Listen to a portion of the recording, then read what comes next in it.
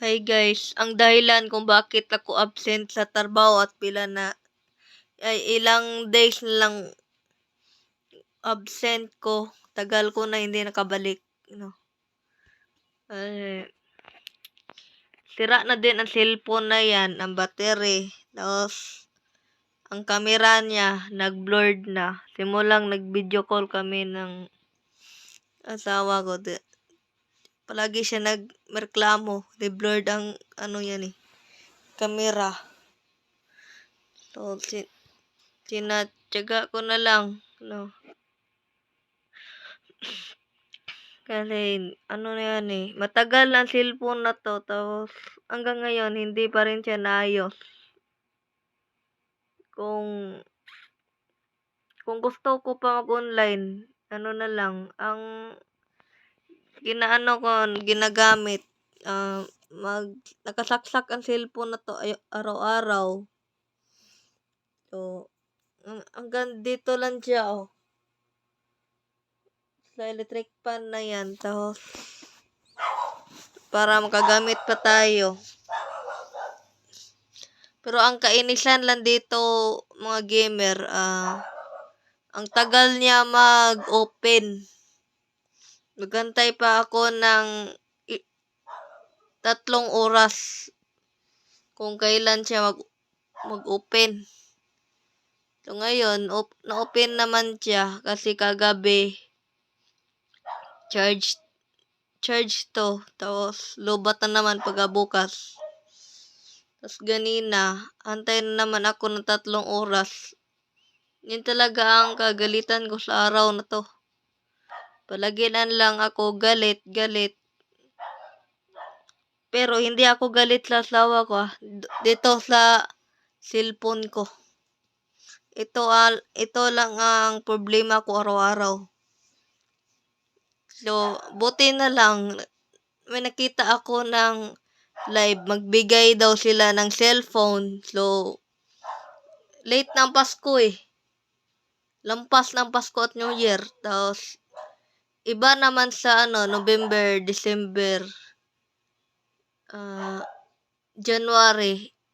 Next January na at December. Next. So, ngayon matagal pa eh. So, ang mauna pa dito, ang mga birthday sa mga tao. Bago magsimula ang January ulit. So, okay lang. Mag-taste na lang tayo hanggang bumalik ang next January at December. Wala tayong magawa eh. Then, ang cellphone na to hindi na kaya maglaro. Ang gamit ko na lang dito ang online, mag-YouTube. Kung nakasaksak lang ang aking cellphone habang nagamit ako. Kung itanggal niyo siya sa charger niya, nakasaksak sa kanya. Mamatay talaga siya. Kaya sumakit ang ulo niyo dito. Ako, hanggat kaya ko pa, habang mahaba pa ang pasensya ko. Kung hindi na mahaba ang pasensya, di magpaalam na lang sa asawa mo. Magpaalam ka na lang. Wala naman siyang magawa kasi sira naman ang ginagamit kong cellphone.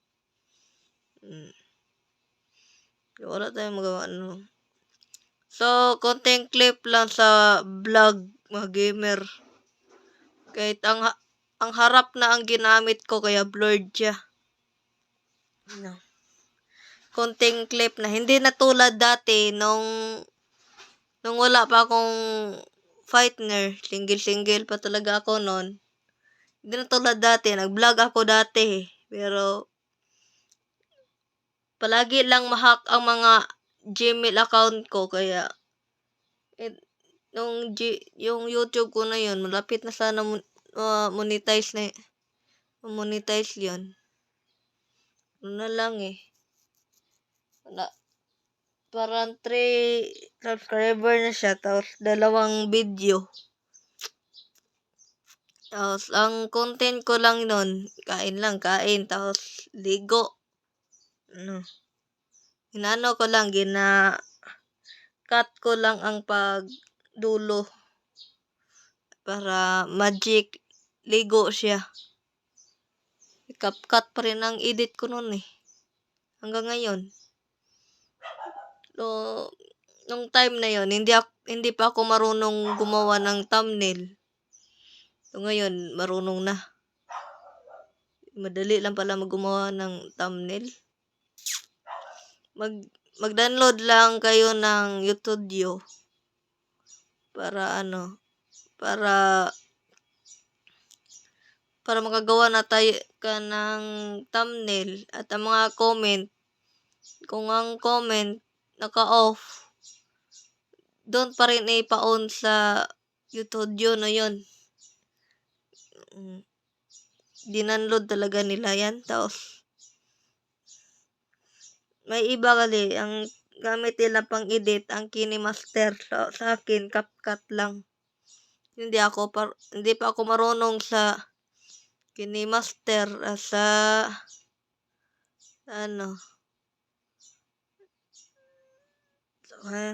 Power Director. Hindi pa ako marunong dyan. Kaya CapCut na ako hanggang ngayon. Kasi ang CapCut, madali lang gamitin. I-cut na lang yon, tapos add video. Nung nag-upload ako ng dalawang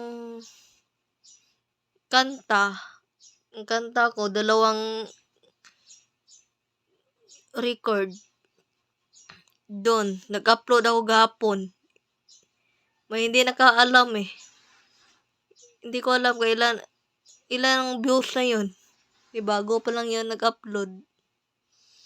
So, wala na siyang thumbnail kasi nakalimutan ko mag-screenshot ng picture para gawaan ng thumbnail.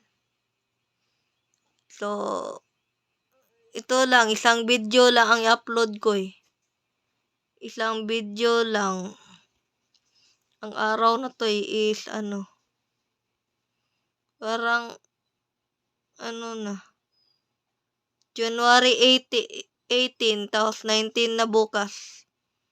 Malapit na talaga matapos ang January, tapos January, May, July, August. So, sa July, birthday sila kapatid kong babae. Tapos, sa August, asawa ko na yun. Sa September, sa akin na. Yung mga tao-tao dito, birthday. Bilis ng panahon. Hindi na tulad dati.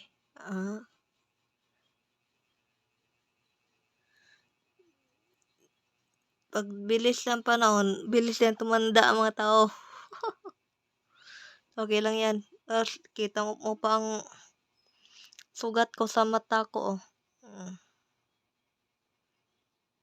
Parang gumaling na siya, mga gamer. Ito, nahawakan ko. Yan. Hindi sana masugatan to ang mata ko kung payagan ako nila pumunta ng Manila, at ang pinsan ko yung nagtrabaho sa Manila din, hindi pumayag. Wala siya sa Manila ngayon eh. Nasa sa Ipil. Sa kanyang jowa din. Tagal pa niya bumalik. Pag bumalik yon, hindi na ako isama nun. Walang magawa. Kaso, hindi ako pumayag, hanggang cellphone lang kami ng asawa ko. Na yun eh. Kahit kung busy siya, hindi ako maka-update araw-araw. Minsan na kami mag-chat noon eh.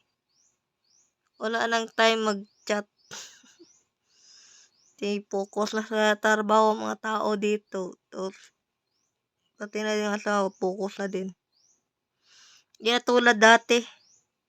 Nung jowa ko pa yon, nag-video call kami habang busy siya. Ang ginawa niya sa load na yun, puro lang utang tapos hanggang ngayon hindi pa nabayaran.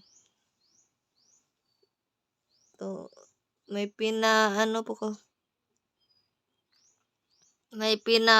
ipalala ko ba siya sa tungkol sa SIM card kasi smart siya. Smart din ako. Oh. Kadalawang SIM lang yan kasi ang isang SIM na yan hindi sa akin. Sa magulang ko ang isang SIM na yan. Ang smart lang ang akin. Tapos pareha kami ng smart. Smart yung asawa ko. Tapos smart din ang lolo ko. Tapos ang ginawa ko, pag pumunta ang lolo ko dito, manghiram ng cellphone para matawagan. Para matawagan lang. Tulad tong nung Pasko. Nawag ako pag gabi-gabi. Umuwi sila ng para siguro yun.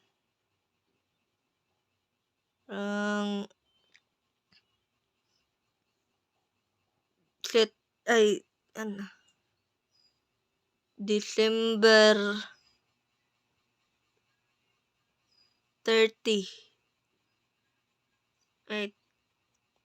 31.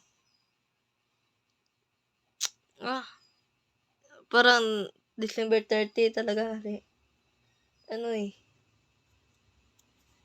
Sa December 31, nagsimula na ang New Year pag gabi-gabi. Kaya puyat kami nun. Buti na lang, day off din sa aking asawa nun. Nung New Year na yun. Kaya nagpagawa ako ng video bahin ng tungkol sa mga fireworks sa Manila. Kaya pinabidyo ko. So, ginawa niya talaga.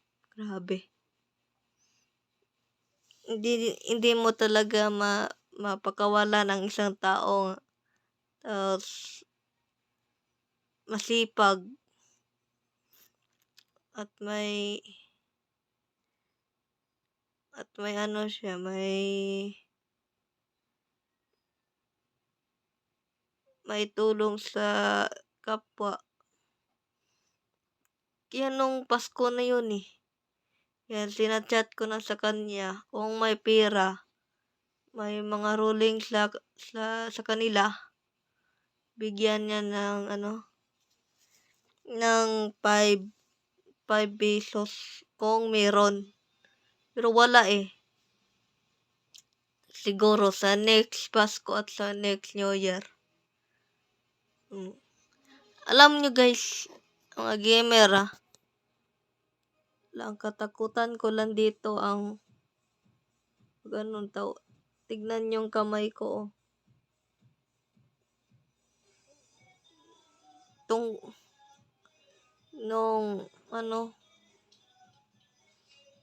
nung Pasko at New Year. Grabe, ang tagal na niya sa trabaho. Wala pa rin siya sahod. Kaya ako lang naawa noon kasi ako lang ang siya lang ang unang partner ko. Nung simulang 27.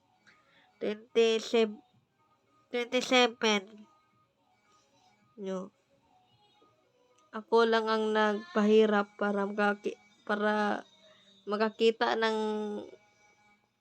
partner para makachat sa New Year at Pasko.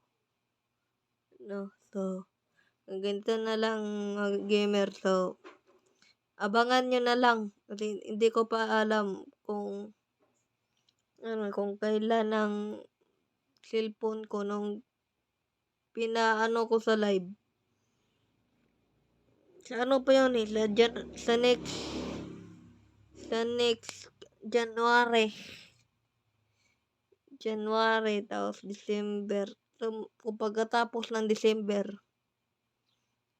January naman yan. Tapos January 1, New Year. So, uwi na lang yan, mga gamer. January 1. Pero hindi ako yung kasama ko dito, tinatiwalaan ko ng January 1 daw magsimula ang New Year. So, gano'n pala.